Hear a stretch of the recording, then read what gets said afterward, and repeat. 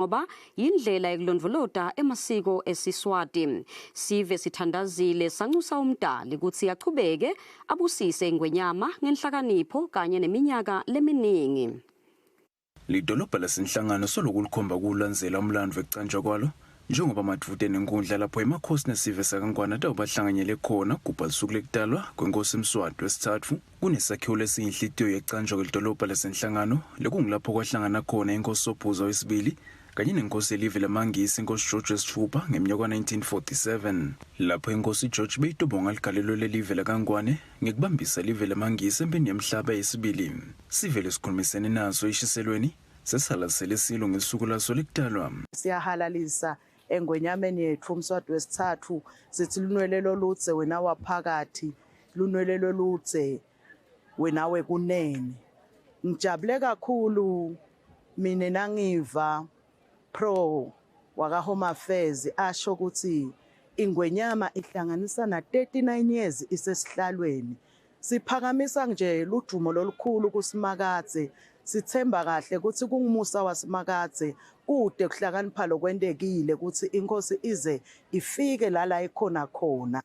Awusibonga kakhulu ukuthi ilanga lelikhulu litabe libanjilwe la Shiselweni lokukadze sakugcina ukubona lokho ukuthi lilanga libalele ngakhona ngala Shiselweni kusithokozisa kakhulu lokho. Siyahalalisa nje engwenyameni siyayihalalisela ingwenyama halala 57 years. Imkoka kakhulu ukuvuselela labuve bakho ngobe thine sihlonishwa ngenhlonipho sihlonishwe nangebuve bethu.